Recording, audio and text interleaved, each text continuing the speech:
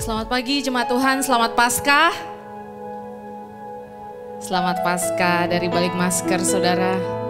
Kita mau sama-sama rayakan Paskah hari ini ya, karena Tuhan Yesus sudah bangkit dan sudah membuktikan bahwa kuasa Tuhan tidak dapat dibatasi oleh apapun juga. Saya jemput semuanya bangkit berdiri dalam hadirat Tuhan pagi hari ini. Mari kita arahkan hati kita mau bersatu di dalam doa. Hari yang indah pagi hari ini ya Tuhan, kalau kami boleh ada di gereja-Mu bersama-sama dengan umat-Mu Tuhan, untuk merayakan kebangkitan Tuhan, untuk merayakan kebaikan Tuhan dalam hidup kami.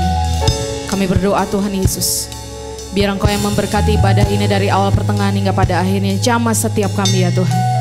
Kami mau bersuka cita di dalam hadirat Tuhan, karena kami tahu Tuhan Yesus hadir di tengah-tengah kami. Kuasa Tuhan, kerajaan Tuhan tidak dapat dibatasi oleh apapun juga ya Tuhan. Sebab itu Roh Kudus bekerjalah di antara kami. Lawat setiap hati kami yang membutuhkan Engkau Tuhan, yang mengasihi Tuhan, yang mengharapkan Tuhan pagi hari ini. Akan berjumpa dengan Tuhan secara pribadi dan hidupnya pasti diubahkan, karena Tuhan kami Tuhan yang hidup. Tuhan kami Tuhan yang luar biasa, dulu sekarang sampai selama-lamanya. Yang siap menyembah Tuhan sama-sama katakan amin. Berikan tepuk tangan sorak-sorai buat Tuhan kita saudara. Jemaat Tuhan persilakan duduk kembali, kita mau satukan hati kita sembah Tuhan.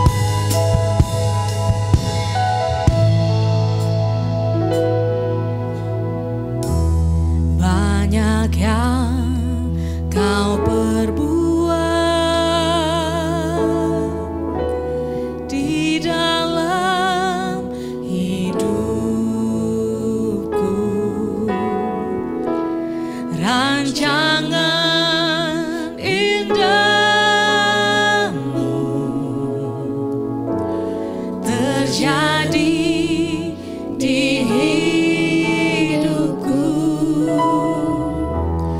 Bapa yang mengerti segala yang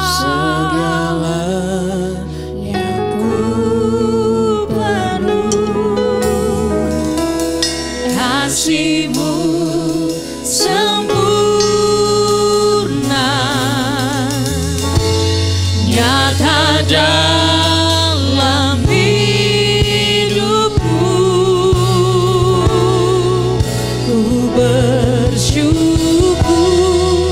Bapa. Naikkan syukur di hadapan Tuhan pagi hari ini saudara. Ku bersyukur Tuhan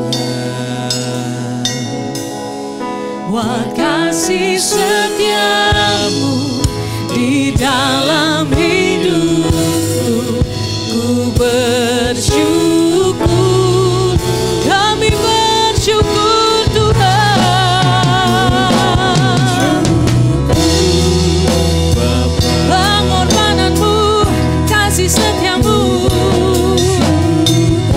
ada buat setiap kami Tuhan. Oleh sebab itu hati kami melimpah dengan ucapan syukur.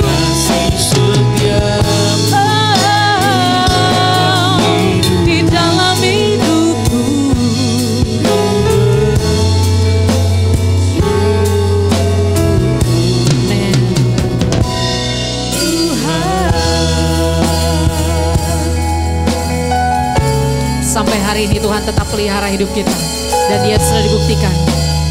Kuasa maut sudah dikalahkan, saudara. Mari lebih lagi nyanyikan pujian ini, katakan.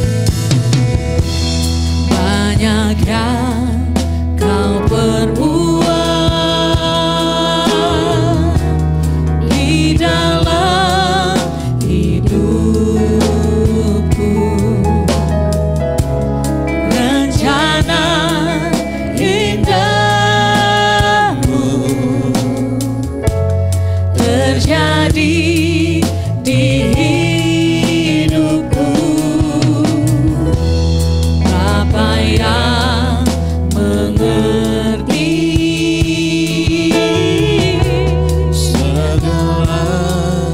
segala yang kami perlu, Tuhan. Kasih-Mu sempurna nyata dalam hidupku. Mari lebih lagi sembah Tuhan, katakan ku bersyukur.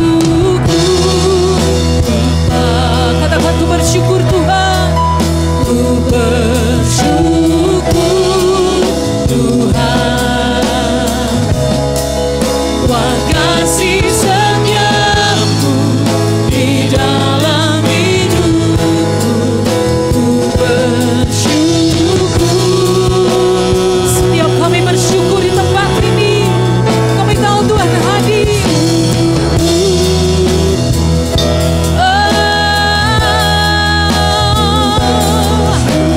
Kami bersyukur buat segala hal, Tuhan. Di dalam hidupku, ku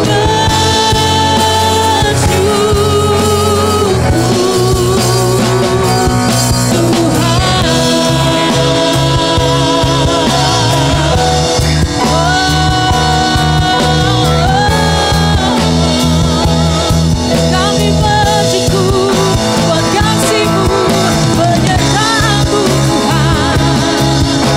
Lewat lembah kekelaman sekalipun kami tidak takut bahaya, karena Tuhan kami Tuhan yang menang atas maut.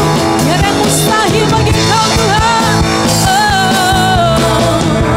Tak ada lembah kelam yang tak ku lewati tanpa hadir-Mu. Hatiku takkan gentar, sebab kami tahu tangan Tuhan yang menolong kami. Tak ada lembah kelam, tak ada. Terima Tuhan yang percaya, lebih lagi angkat suaramu. Hei, hadir-Kau Tuhan. Hatiku takkan gentar, sebab Ku tahu tanganku yang menolong. Katakan Kaulah Yesus, Kaulah Yesus, Kaulah Tuhan. Hanya Kau ku percaya. Katakan Kaulah Yesus, Kaulah Yesus, Kaulah Tuhan kami, harapan hidupku.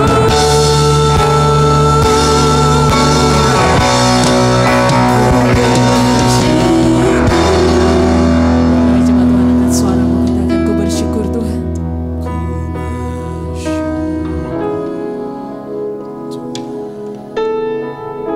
Dengan apa adanya kami datang di hadapan Tuhan. Kami bersyukur buat kasih setia Tuhan dalam hidup kami.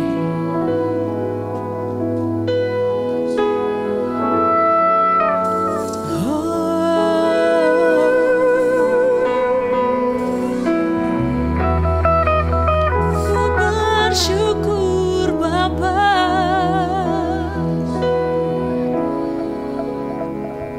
dengan segenap hati kami.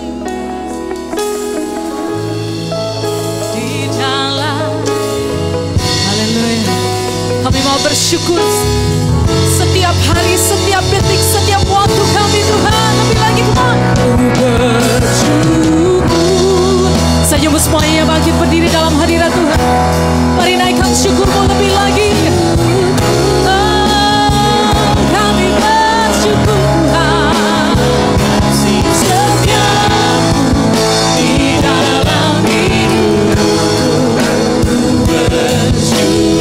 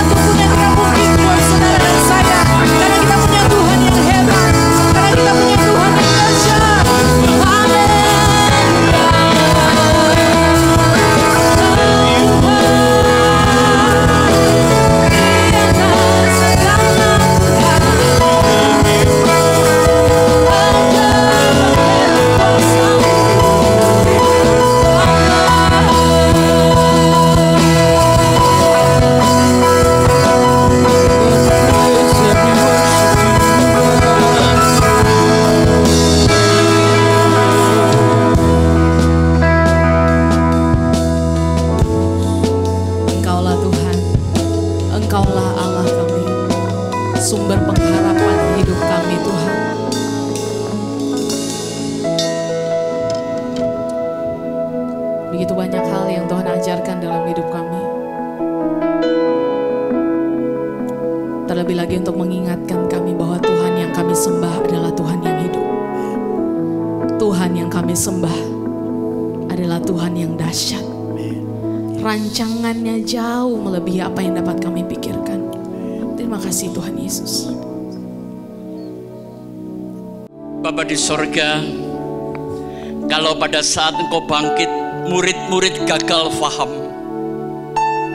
Tolong kami semua untuk tidak memasuki ruangan gagal faham.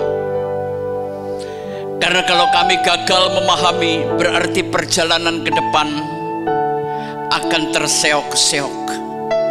Karena itu kami arahkan pikiran kami, jiwa, roh, bahkan fisik kami dalam waktu 30 menit ke depan untuk mampu mengerti perubahan yang terjadi. Terima kasih untuk kasih sayang-Mu. Terima kasih untuk kesehatan, ekonomi, keluarga, dan gereja kami. Saat ini kami siap untuk memahami maksud Tuhan. Karena doa ini kami minta di dalam nama Bapa, Putra, dan Roh Kudus, di dalam nama Tuhan Yesus Kristus. Amin. Silahkan duduk.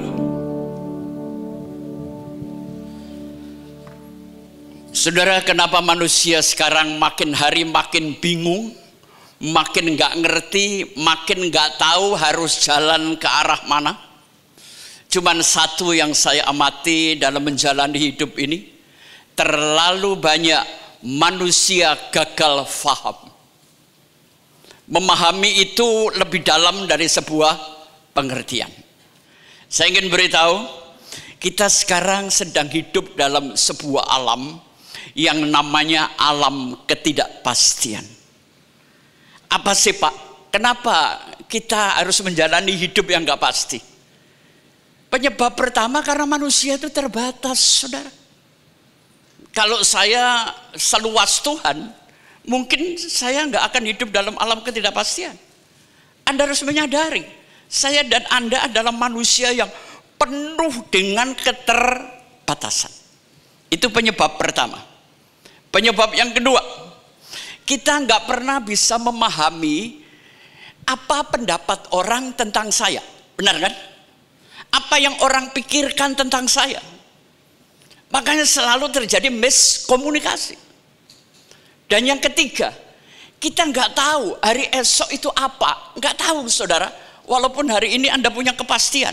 Politik, keamanan, mendadak semuanya berubah. Jadi tolong rangkul dan fahami ketidakpastian ini. Jangan jadi manusia gagal faham. Ya. Contohnya gagal faham apa Pak Pengki? Mungkin Anda yang datang jam 5 kemarin, saya akan jelaskan lagi. Anda tahu Martha dan Maria? Punya saudara laki-laki namanya Lazarus.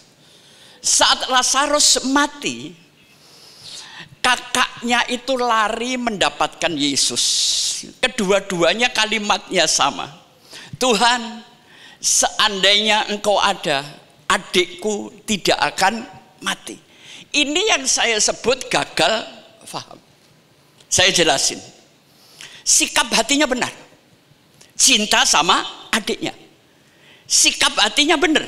Datang kepada Yesus. Tapi pemahamannya salah. Yesus sebetulnya gak perlu hadir. Dalam jarak 100 kilo kalau Yesus mau menghidupkan orang mati, bisa kan? Ini gagal paham mereka, saudara. Jadi jangan cuma menyembah Tuhan, tapi pahami cara kerja Tuhan. Sehingga Anda gak kecewa, Anda gak pernah akan gagal paham. Kemarin saya ngomong apa? Sekali lagi saya tanya. Saudara sering gagal kan? Saya sering gagal, saudara. Kalau dihitung lebih banyak gagalnya dari keberhasilannya. Mulai hari ini jangan mikir gagal itu gagal. Tapi gagal adalah proses di mana Anda dibentuk. Ya, sekali lagi. Pada saat saya mengalami kegagalan, itu adalah bagian proses pembentukan Tuhan untuk keberhasilan saya. Kalau saudara memahami ini, hidup Anda tenang-tenang aja kok. Waktu saya dulu tidak mengerti apa artinya gagal, saya stres, saudara. Sudah berdoa, sudah melayani, sudah kerja mati-matian, hitungan rencana bagus, gagal juga kok. Itu hanya proses. Jadi yang pertama, sikap hati mereka benar, punya cinta dan kasih, tapi pemahamannya salah.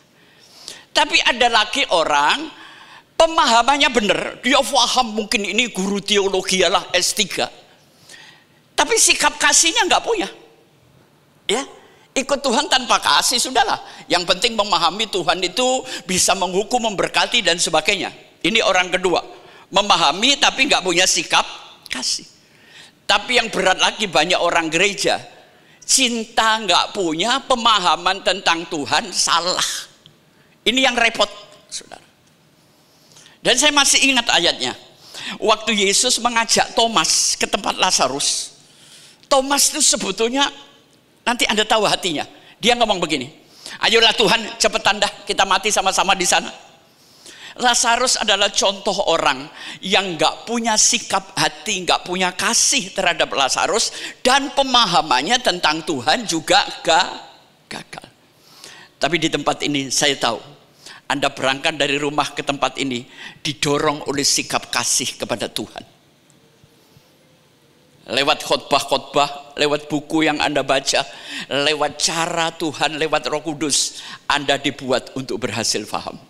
Ya, jadi ketidakpastian itu dirangkul, saudara, dimasuki, dihidupi. Saudara kan menyelesaikan ketidakpastian, ngimpi kali. Masuki, hidupi, rangkul, ya berjalan aja dalam ketidakpastian. Karena saya sadar saya ini manusia terbatas, ya. Saya nggak tahu apa yang orang pikirkan tentang saya. Saya nggak tahu hari besok jam 6, jam 9 itu apa yang terjadi. Ya sudah, masukin aja. Toh saudara juga dituntun oleh Tuhan. Nah, bagaimana saya menyikapi ketidakpastian? Nah ini, saya sudah menjalani ketidakpastian ini cukup lama, saudara. Jadi yang pertama, beranilah mengambil keputusan tanpa jaminan. Hidup adalah pilihan. Walaupun ujungnya pilihan saya salah, enggak apa-apa. Ambil keputusan tanpa jaminan. Contoh aja ya. Bapak ibu menikah, emang punya jaminan? Pacaran sih manis, bagus. Sudah rumah tangga, hancur-hancur, saudara. Saya kalau naik pesawat, itu keputusan daripada naik kereta. Tapi ada jaminannya. Bisa jatuh tiba-tiba, saudara. Tapi ya sudah. Kalau toh pun saya salah, beranilah mengambil keputusan tanpa jaminan. Karena Tuhan yang menjamin Anda. Ya. Yang kedua, hidup ini jangan dilihat sepotong. Hari ini Anda rugi, ngomel, mengeluh, marah. Tapi waktu kemarin Anda untung, Anda kemana? Untung rugi adalah bagian hidup. Lihat gambar yang besar dalam hidupmu. Allah tidak pernah akan mencelakakan Anda. Allah akan menyertai, Allah akan memberkatimu. Itu yang saya percayai. Walaupun kenyataannya kok begini, Tuhan. Jadi tolong, hidup jangan dilihat sepotong. Dan yang ketiga, dalam menjalani hidup, beranilah mengambil tanggung jawab apapun risikonya. Amin. Orang sekarang ini sangat kurang tanggung jawab, gak berani mengambil risiko. Hadapi, hidupi, rangkul dan rubah. Apapun risiko dan tanggung jawab, itu milik Anda. Nah, sebelum saya memasuki renungan, hari ini saya akan menyampaikan satu kata, future shock.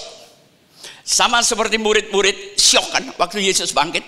Dan kita menghadapi keadaan yang membuat saya kaget, shock, saudara. Regulasi, peraturan berubah, keadaan berubah. Jangan takut, saudara. Ya, Tuhan itu tidak pernah berubah. Saudara menjamin perusahaanmu nggak akan bangkrut. Besok bisa tutup. Tapi saya berdoa, mudah-mudahan di mana engkau bekerja, Tuhan memberkati perusahaan itu. Ya, ketenangan ini cuma sebentar. Tuhan selalu membawa saya dalam satu ketidakpastian kepada ketidakpastian yang lain. Ya, saudara, pertanyaannya sekarang. Kemarin saudara merayakan Jumat Agung, ada perubahan, ada perbedaan.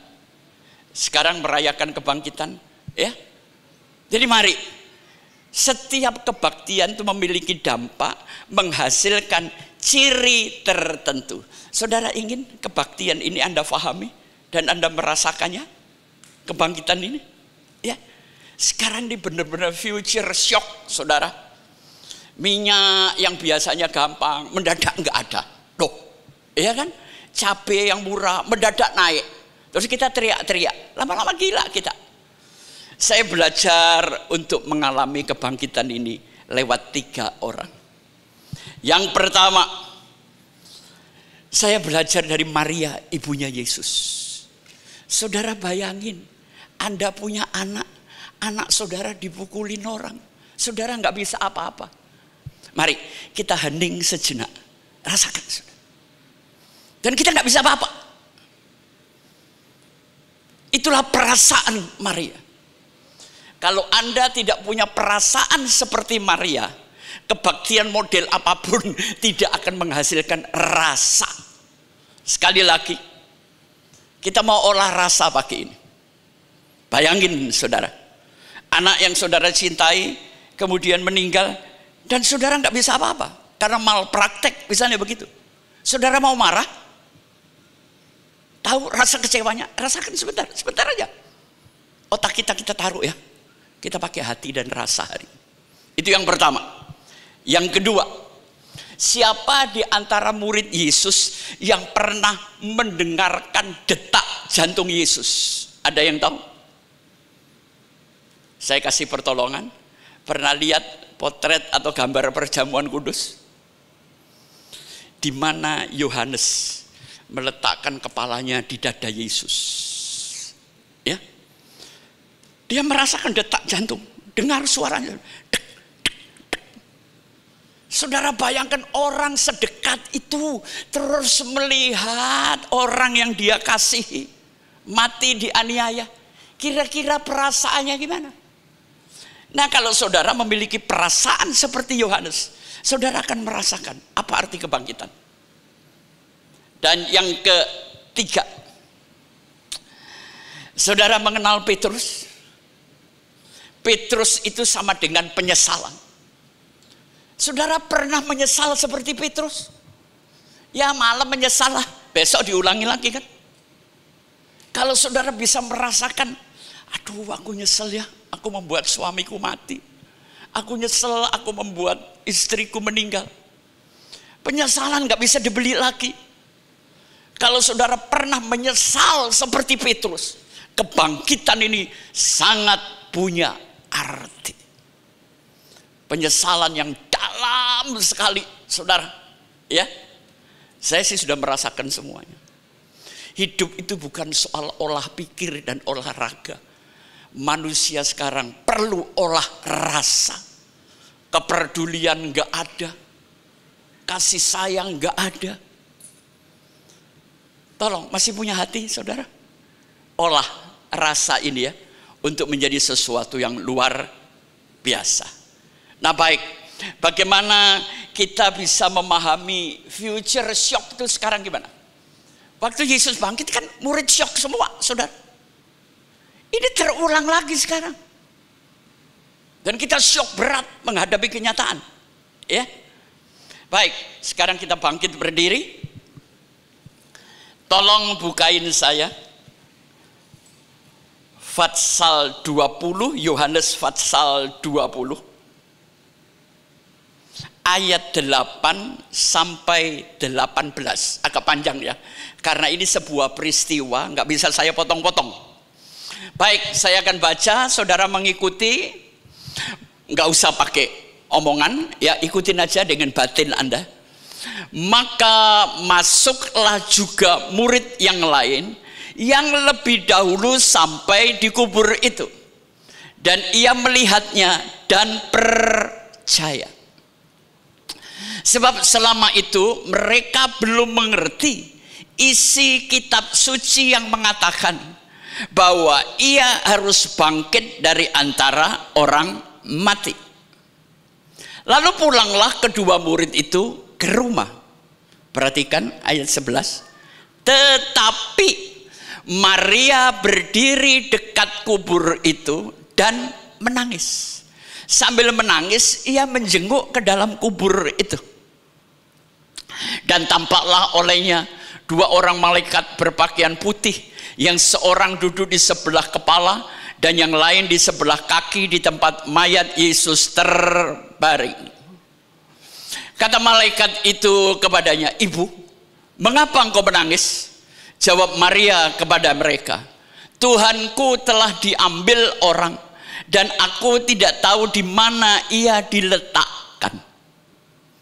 Sesudah berkata demikian, ia menoleh ke belakang dan melihat Yesus berdiri di situ. Perhatikan, pada saat dia menoleh, tetapi ia tidak tahu bahwa itu adalah Yesus. Kata Yesus kepadanya, "Ibu, mengapa engkau menangis? Siapa yang kau cari?" Maria menyangka orang itu adalah penunggu taman. Sebab lalu berkata kepadanya, "Tuan, jikalau Tuhan yang mengambil dia, katakanlah kepadaku di mana Tuhan meletakkan dia, supaya aku dapat mengambilnya. Kata Yesus kepadanya, Maria. Maria berpaling dan berkata kepadanya dalam bahasa Ibrani, Rabuni, artinya guru. Kata Yesus kepadanya, janganlah engkau memegang aku, sebab aku belum pergi kepada Bapa, tapi pergilah kepada saudara-saudaraku dan katakanlah kepada mereka bahwa sekarang aku akan pergi kepada Bapakku dan Bapamu, kepada Allahku dan Allahmu. Yang terakhir, Maria Magdalena pergi dan berkata kepada murid-muridnya, ayat ini kita baca bareng, 2, 3. Aku telah melihat Tuhan, dan juga bahwa dia yang mengatakan hal-hal itu kepadanya. Amin. Silakan duduk. Saudara, saya pikir Yesus itu kurang kerjaan atau mau pamer ya. Setelah bangkit, dia menunjukkan dirinya kepada murid-murid. Saya mau tanya, tepatnya Yesus bangkit jam berapa? Nggak tahu kan? Yang kedua, waktu Yesus bangkit keluar kubur, yang dulu kaki kanan atau kaki kiri dia keluar? Nggak tahu kan? Setelah Yesus keluar, dia ke kanan kuburan atau ke kiri atau lurus? Nggak ada yang tahu. Tapi kenapa kita percaya? Aneh kan? Ya memang dunia banyak keanehan. Orang yang saya percaya ini kamu saya, saudara. Banyak hal. Suami yang tiap hari mengatakan cinta, I love you baby, babilah sudah. Bisa mengkhianati Anda. Ya, kita nggak ada yang tahu. Tapi Anda berani melangkah karena itu keputusan tanpa jaminan. Siap menanggung apa akibatnya. Dan saya ingin katakan, Paskah itu adalah perjumpaan Allah dengan umatnya melalui Tuhan Yesus. Sekali lagi, Paskah adalah perjumpaan Allah yang selama ini kita nggak ngerti, nggak tahu, dengan umatnya melalui Yesus. Ada 3 kata, menjumpai, dijumpai, dan perjumpaan. Perjumpaan kita dengan Allah itu selalu asimetris, nggak simetri. Kenapa? Karena inisiatifnya selalu dari Tuhan. Bayangkan kalau saudara menikah, suami Anda nggak punya inisiatif, Anda sebagai istri inisiatif, terus lama-lama bego kan istrinya. Ya, jangan hidup asimetris, hiduplah dalam keseimbangan. Komunikasi pun juga demikian. Yang kedua, Yesus itu menjumpai murid-muridnya untuk mengatakan, apa yang aku katakan sebelum aku masuk kubur, tidak ada yang meleset satu titik pun. Itu karakter saudara. Walaupun lewat resiko nyawa, Tuhan jalani supaya apa yang aku katakan itu bukan kemunafikan. Orang yang mengalami Paskah, satu kata, satu perbuatan. Itu cirinya orang yang mengalami perjumpaan dengan Tuhan. Saudara, perjumpaan Yesus menjumpai murid itu sebetulnya pancingan supaya murid-murid memberikan respon. Misalnya saudara ketemu, saudara punya keponakan di Kalimantan ya, saudara di Jakarta. Dulu masih kecil, saudara gendong-gendong. Setelah 25 tahun kemudian dia datang. Dia nanya, tante, si tante kan bengong sudah. Begitu dia sadar, dia kaget, dia peluk setengah mati. Yesus menjumpai muridnya supaya manusia ini merespon. Semua nabi mati, terkapar, ada kuburnya. Tapi Yesus, kubur kosong. Amin. Dia bukan sekedar nabi, tapi dia Tuhan. Tapi kenapa banyak orang tidak mengerti dan menentang bahwa dia Tuhan? Ya, karena dia gagal paham, saudara. Tuhan gak pernah melawat dia. Saya bisa mengerti. Saya itu puluhan tahun saya mikir, loh Yesus itu kan orang toh, Yesus itu kan manusia. Loh kok bisa Tuhan? Saya lama-lama mondar-mandir gila sendiri di kamar, saudara. Bertahun-tahun. Saya nggak bisa percaya Yesus itu Tuhan. Karena saya adalah manusia yang bertumpu kepada fakta, data, dan logika. Tapi satu hari Tuhan melawat saya. Malam itu di kamar sendirian. Saya berkata, benar-benar Engkau Tuhan. Kayak orang gila saya sudah.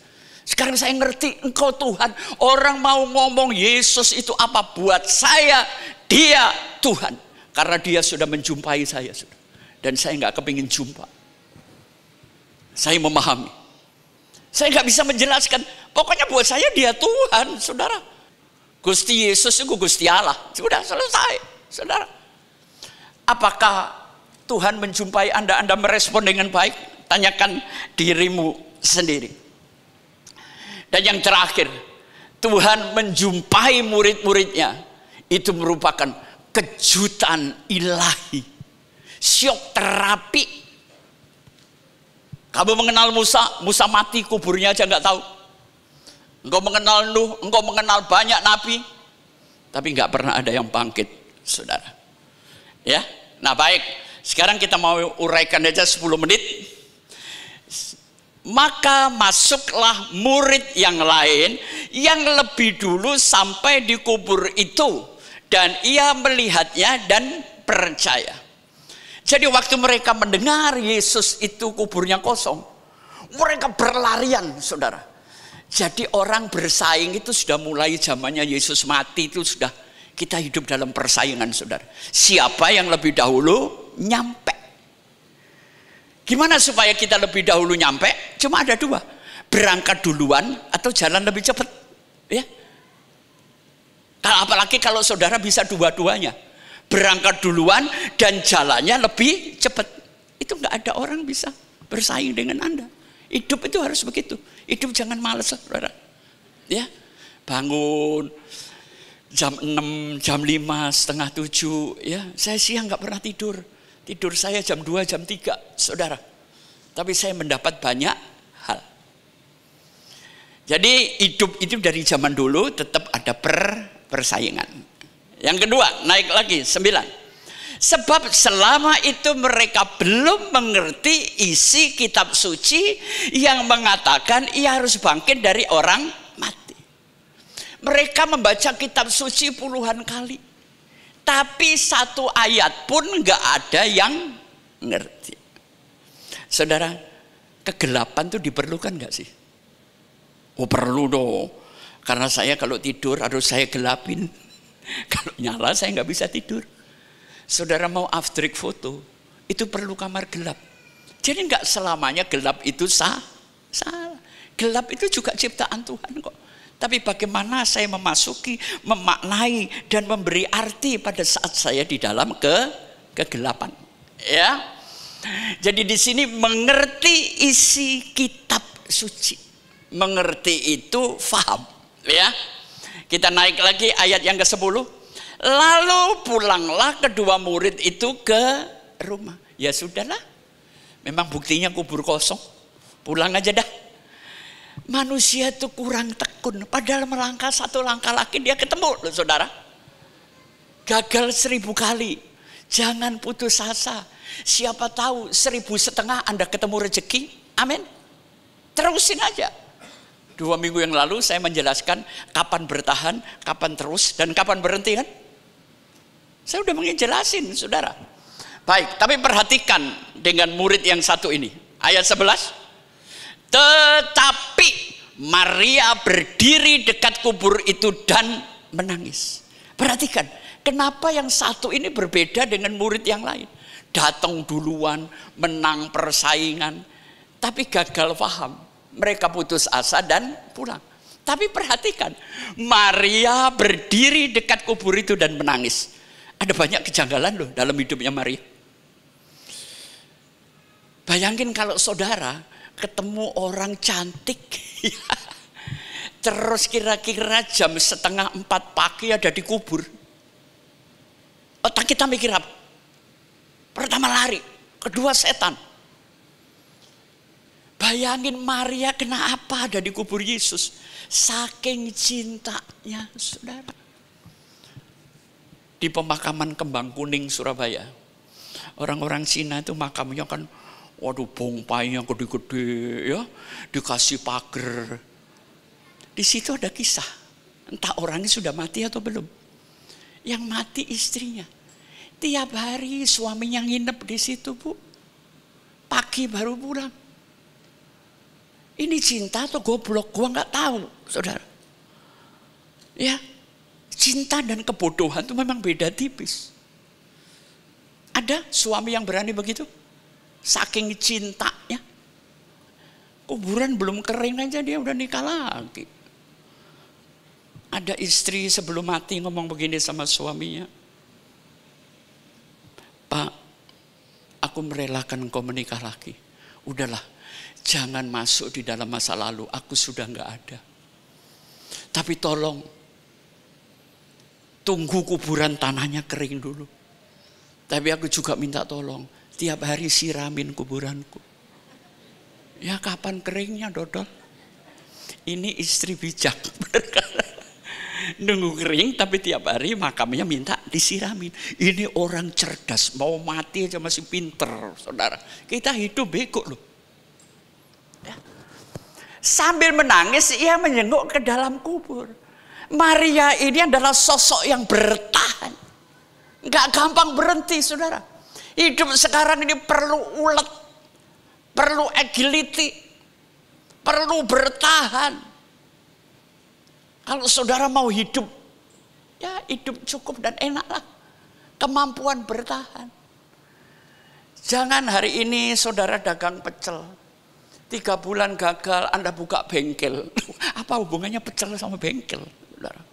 Bengkel gagal, jualan kain batik. Kapan kita fokusnya? Kegagalan adalah bagian yang harus Anda lewati. Ulet dan sabar. Amin. Ngadepin suami yang model begini, istri model begitu, mbok ya sabar. Amin. Menikah itu bukan untuk mencari orang yang cocok, tapi lewat pernikahan kita belajar untuk cocok. Pak Pengki cocok sama istrinya, sampai dia meninggal nggak cocok juga kok. Ya, nggak ada yang cocok. Tapi cocokin aja lah. Ya, itu cinta. Oke, naik lagi ayat ke-12. Dan tampaklah olehnya 2 malaikat berpakaian. Murid-murid tadi ngalami supranatural yang hebat? Enggak, saudara. Cuma ngelihat kubur yang kosong. Perlu ketekunan di dalam Tuhan. Untuk kau bisa melihat sesuatu. Ini belum ngelihat Tuhan.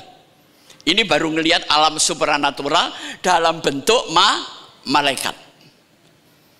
Kita naik lagi ayat 13. Kata malaikat, nah bukan malaikatnya tapi perkataan yang disampaikan ini yang penting. Ibu, mengapa engkau menangis? Pertanyaan ini menyeluruh, saudara. Mengapa saudara marah? Mengapa engkau bercerai? Mengapa engkau putus asa? Itu punya alasan. Gak ada satu tindakan tanpa alasan. Cari alasan yang tepat. Nanti Anda akan faham.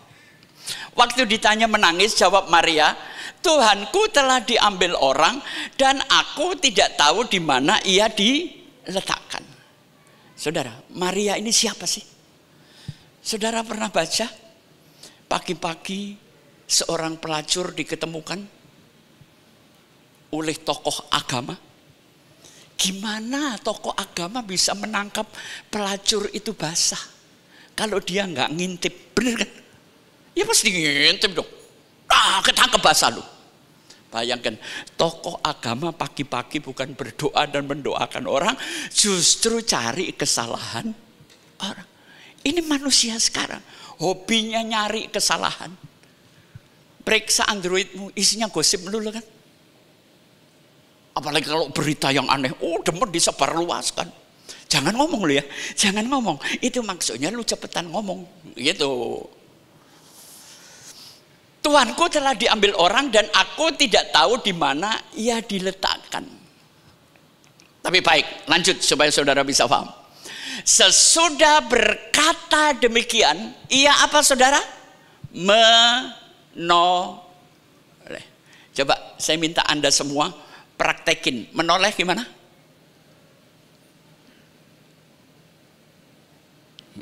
Ya, Yang ke kiri ke kanan itu dapat angka 100. Kalau saudara nengok ke belakang, itu bukan noleh. Itu berbalik. Ya. Jadi noleh itu kiri kan. Satu hari saya jalan di eskalator di Surabaya. Tahu-tahu ada saya dengar, "Pengki." Saya cuma noleh aja, nggak ketemu orangnya, saudara. Coba kalau saya berbalik, saya turun, saya muter. Binatang apa yang lehernya bisa berputar 360 derajat? Burung hantu. Ya. Waktu Yesus dibaptis keluar dari air, yang nempel burung merpati. Dia nggak punya kepahitan, saudara. Saudara dibaptis sudah 2-3 kali tetap benci, tetap kepahitan. Karena yang nempel burung hantu. Kalau yang nempel burung merpati waras, saudara. Merpati itu nggak punya empedu. Empedu itu simbol kepahitan. Ya. Nah, perhatikan. Melihat ke belakang dan melihat Yesus berdiri di situ, tetapi ia tidak tahu.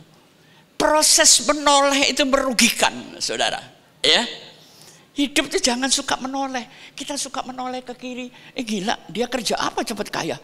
Gila, kenapa dia kawin lagi? Gila, kenapa dia percaya? Lama-lama lu gila sendiri.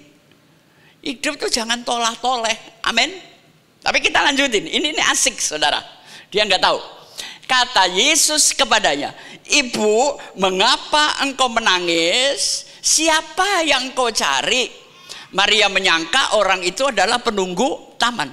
Lalu berkata kepadanya, "Tuan, jikalau Tuhan mengambil dia, katakanlah kepadaku di mana Tuhan meletakkan dia supaya aku dapat mengambilnya." Perhatikan, sampai di sini dia sudah ngomong dengan Yesus. Dia tahu kalau itu Yesus?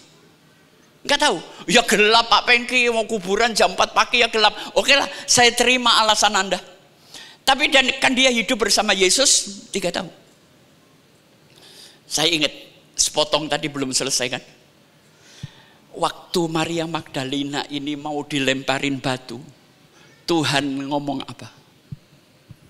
Siapa yang tidak berdosa, silahkan melempar lebih dahulu. 2 orang pergi, 5 orang pergi, akhirnya nggak ada orang. Kenapa mereka nggak berani melempar batu? Karena di antara mereka ada juga yang sudah make Maria, saudara. Malah belum bayar lagi. Bayangin. Kita nggak usah menghakimi orang lain, urus diri kita sendiri. Kenapa Maria sampai ngomong dengan Yesus? Perhatikan, Yesus cuma ngomong 2 kalimat. "Ibu, mengapa engkau menangis? Siapa yang kau cari?" Kata menyangka itu apa? Persepsi yang salah. Kita selalu melihat penampilan orang. Kelihatannya miskin, padahal kaya. Tapi seringkali saya melihat orang gayanya kaya, tapi miskinnya setengah mati. Gue capek ngelihat orang begitu, saudara. Sekarang perhatikan, saudara. Jawabannya panjang nggak? Kita tuh kalau berdoa, Tuhan ngomong sepotong, Anda ngomong 100 potong. Itu cirinya manusia nggak paham, saudara. Jadi sampai di sini perhatikan, nanti Anda saya kasih teka-teki ya. Sampai di sini Maria gagal paham kalau itu Yesus. Sekarang perhatikan ayat 16. Kata Yesus kepadanya, "Maria." Tadi dia tidak tahu karena itu Yesus, karena dipanggil apa? Ibu. Tapi waktu Yesus manggil Maria, dia ingat peristiwa waktu dia diseret oleh orang Farisi, waktu mau dilempar batu. Dia ingat suara itu.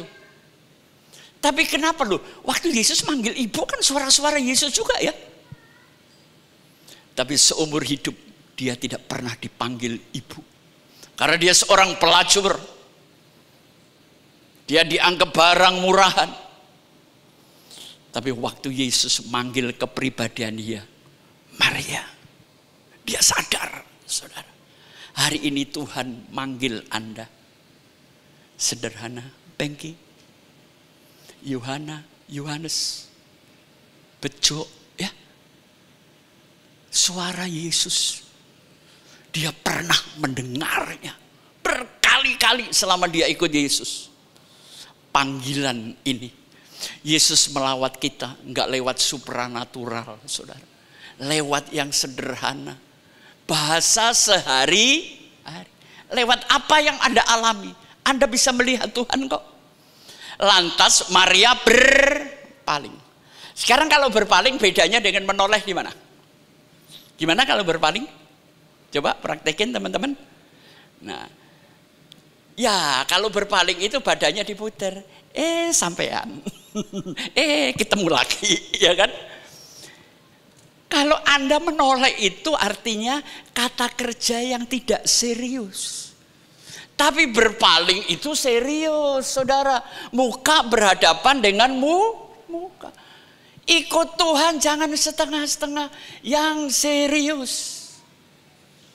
Saudara, kadang-kadang jujur, saya juga ingin meninggalkan pelayanan, saudara. Saya bukan orang otot kawat balung besi. Saya juga punya perasaan, saya punya tangisan, saya punya kemarahan. Tapi nggak bisa saya keluar, saudara. Ada panggilan yang kuat sekali. Jujur ya, kalau saya ngerjain marketing atau proyek dapat duit gede, saudara. Jujur, pelayanan. Tapi saya lebih suka pelayanan daripada saya suruh cari duit secara sekuler. Saya cari duit secara sekuler karena saya butuh hidup. Saya butuh makan. Padahal hidup yang sebenarnya itu di sini. Hati saya sejahtera, hati saya damai. Saya diundang seminar sekuler dengan bayaran yang besar. Enggak lebih sejahtera daripada saya khotbah di mimbar. Amin. Saya nggak tahu anehnya di mana ya. Nggak ada duit tapi gue cinta. Nggak ada duit tapi gue demen. Itulah kasih Allah. Saya merenung, gue gila lama-lama makin tidak. Tapi kasih Allah itu nggak bisa dibayar. Kasih Allah itu nggak bisa dinilai dengan uang, saudara. Ya. Nah, sekarang perhatikan. Akhirnya dia ngomong apa?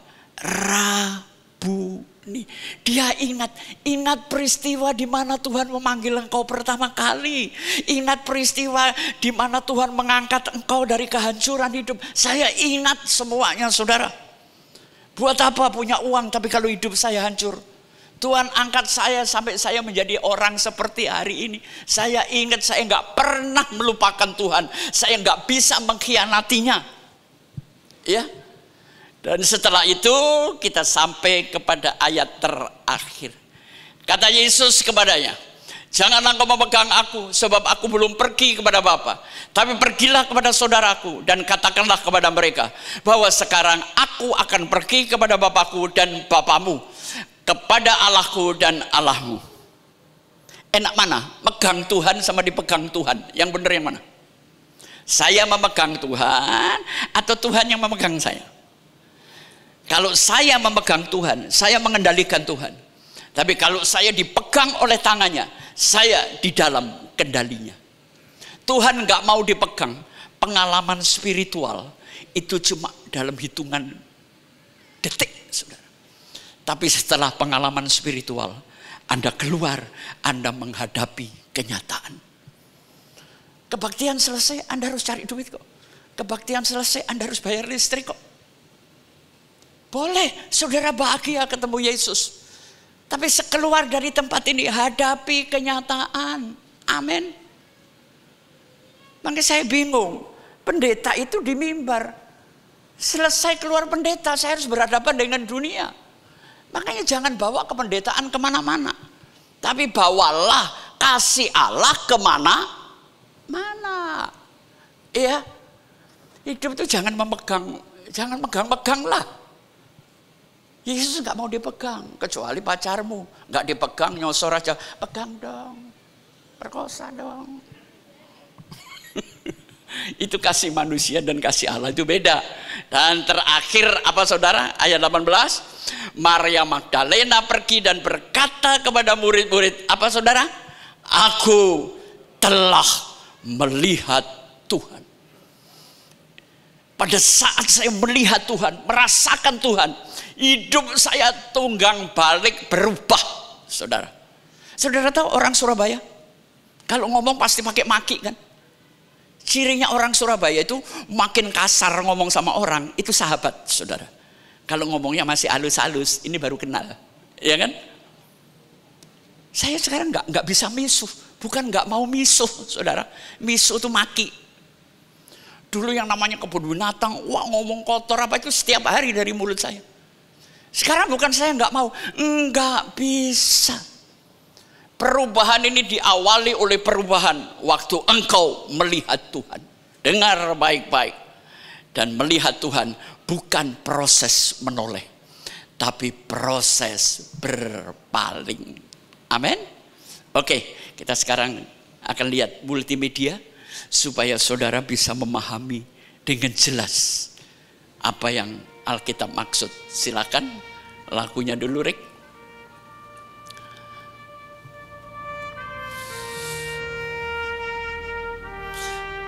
Kadang-kadang saya lihat gambar saya sendiri demen juga ya, ganteng dia orang, saudara. Tapi kurang ajar, gue benci juga sama dia. Sering nyusahin saya ini orang, saudara. Ya. Future shock. Naik satu lagi. Saudara ingin hari esok Anda nggak kaget-kaget. Persiapkan dengan teliti masa depan. Langkahmu hari ini, besok, ya, persiapkan, saudara.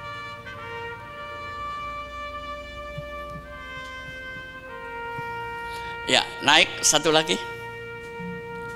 Miliki mental pejuang, bukan tentara bayaran. Ikut Tuhan bukan upah. Saudara punya mental berjuang, bertahan, rela menderita, ya, mampu memahami, merangkul kenyataan. Yang perlu mentalnya, saudara. Miliki mental pejuang, nggak gampang menyerah. Naik lagi. Supaya Anda punya mental pejuang, saudara harus berjalan di apa? Humility, kerendahan hati. Buang keangkuhanmu, buang gengsimu. Zaman sekarang gak ada gunanya kita sombong dan angkuh, ya.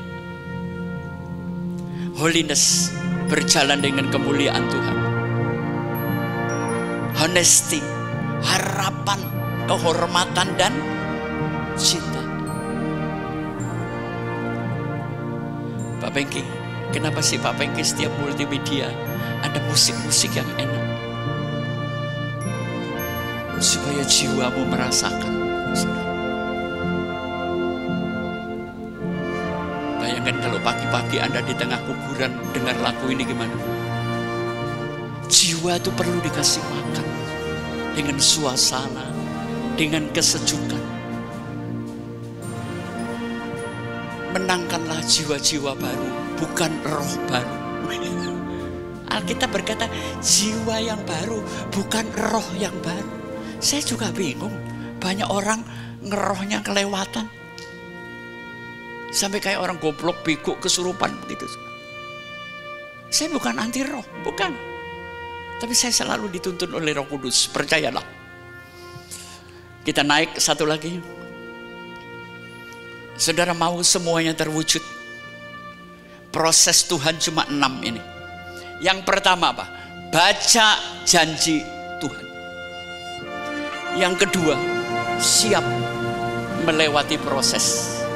Ya. Yang ketiga, hadapi permasalahan. Yang keempat, ada harapan, ada prospek yang bagus kok. Khususnya teman-teman asuransi atau yang marketing. Wah, orang itu bisa diprospek kok, walaupun hari ini belum beli, ya kan? Selanjutnya apa? Prosedur. Tuhan tuh nggak bisa lompat-lompat. Kita harus taat dengan prosedur. Dan yang terakhir, daya tahan hambatan-hambatan yang ada. Naik lagi, Rick. Saudara, tapi ternyata kita nggak semudah itu. Ada sumbat di dalam pikiran kita, ada sumbat di dalam jiwa kita, ada trauma, ada semuanya. Nah, sumbat-sumbat yang menjadi milik kita apa? Kita terlalu percaya diri, overconfidence, saudara. Boleh, percaya diri bagus kok, tapi jangan over, jangan kelewatan. Percayakan hidupmu sama Tuhan. Yang kedua, trust in riches. Banyak orang mengandalkan kekayaan. Kekayaan itu seperti uap, saudara. Enak mana? Hidup cukup atau hidup kaya? Coba tolong milih. Kalau saya pilih dua-duanya, cukup kaya. Ngapain milih salah satu? Kan saya nggak perintahkan untuk salah satu, milih aja. Ya saya milih dua-duanya, ya kan? Yang ketiga, ya ini hampir samalah. Terlalu percaya diri, mengandalkan kekayaan, ya mengandalkan kehebatan diri, semuanya. Apa sih yang nggak dari Tuhan? Otak saya dari Tuhan, napas saya dari Tuhan. Kita ini nggak punya apa-apa. Kita hidup karena anugerah. Amin. Saudara mau bangun pagi, malamnya berdoa, mudah-mudahan besok matahari terbit. Nggak perlu sembahyang begitu, matahari tetap terbit. Saudara merasakan nggak anugerah Tuhan?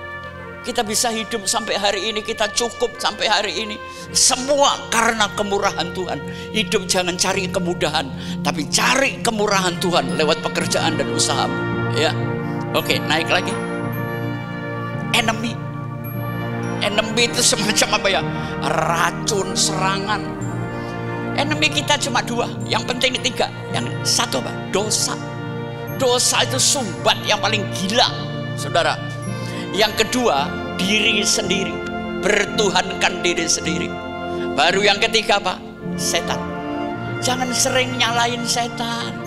Kadang-kadang kita setannya, setan kita ajak, saudara. Setan tidur kita bangunin, tolong anterin saya ke rumah bordil. Loh ya kan? Kasihan tuh setan, saudara. Kita naik lagi setelah enemy apa? Anda harus memahami siapa Tuhan Allah. Anda harus memahami siapa diriku yang gak berguna ini.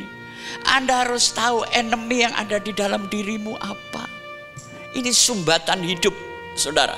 Kita naik lagi, hampir selesai. Ya, hidup ini seperti ini. Lihat gambar yang jelas. Touching heaven. Sentuhlah Tuhan dengan hati, roh dan jiwamu, tapi tetap jalan di bumi. Amin.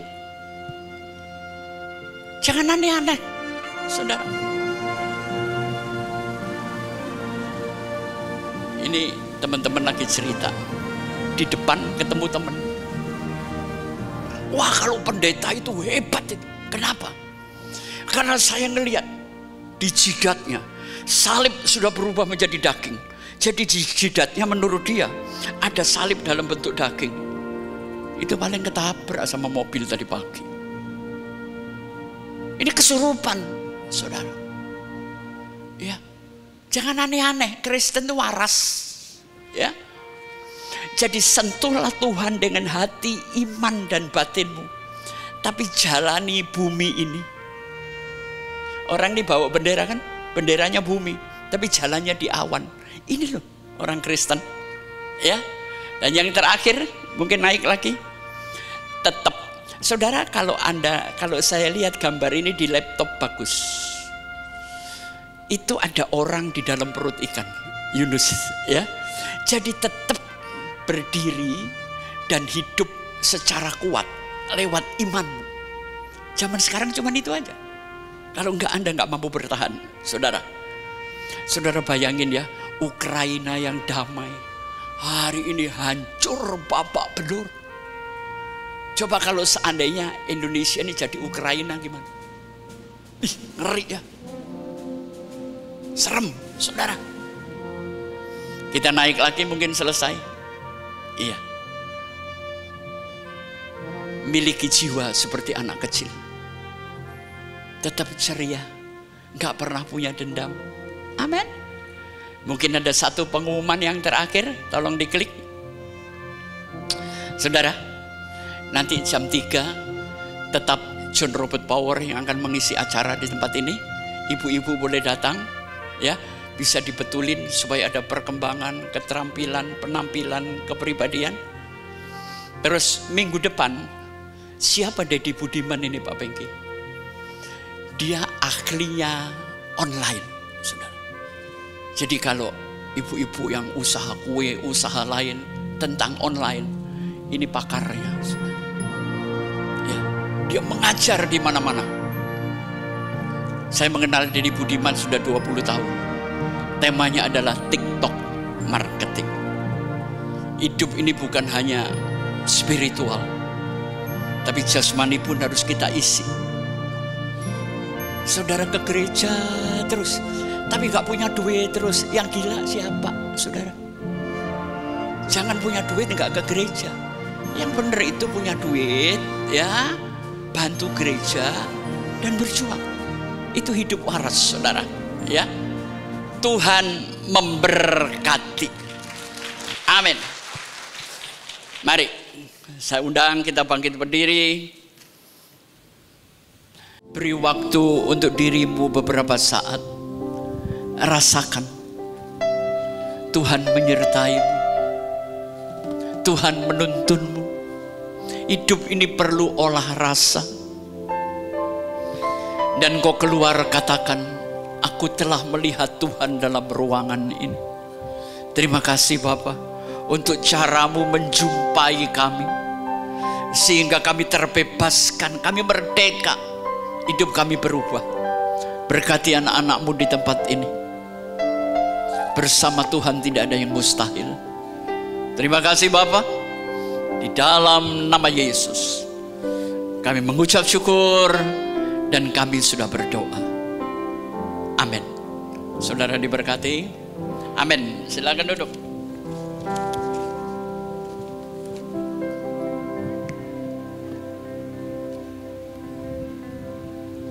Terima kasih Pastor Pengki Andu. Saudara kita semua kembali diingatkan Tuhan.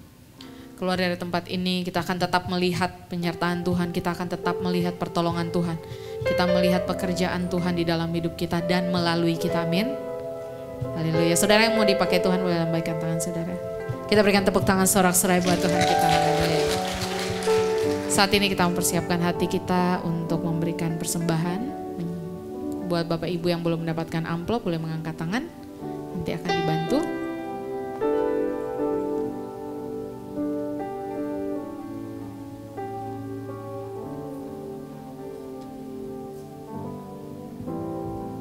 Buat yang belum mendapatkan amplop boleh sekali lagi.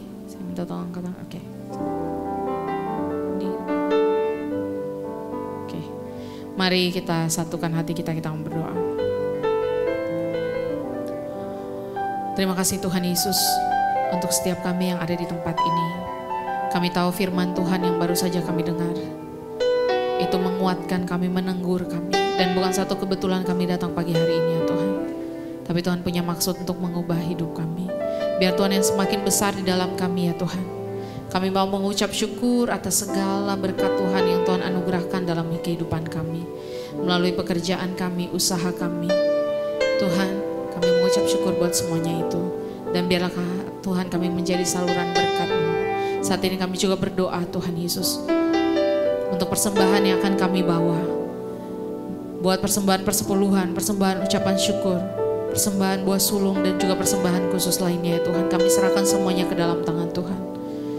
Biarlah Tuhan setiap orang yang memberi, Tuhan yang melihat hati kami. Kami memberi dengan penuh sukacita. Kami memberi dengan penuh pengharapan karena kami percaya setiap kami yang memberi tidak akan pernah berkekurangan. Karena Tuhan Yesus, Tuhan yang melimpah-limpahkan segala yang baik dalam hidup kami. Terima kasih Bapa, di dalam nama Tuhan Yesus, Engkau yang siap memberi dengan penuh sukacita, sama-sama kita katakan. Amin. Haleluya, selamat memberi.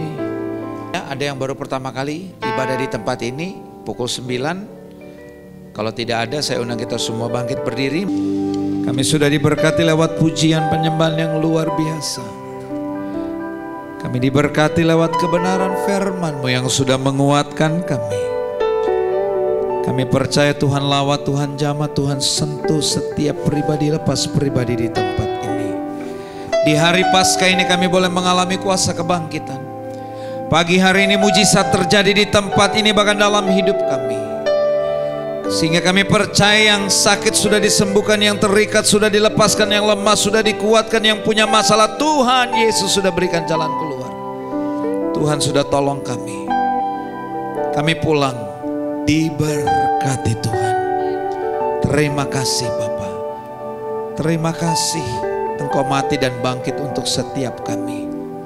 Kami terima keselamatan, kami terima kemenangan, kami terima damai dan sukacita. Kami terima berkat-berkat-Mu yang melimpah-limpah dalam hidup kami, yang Kau curahkan dalam hidup kami.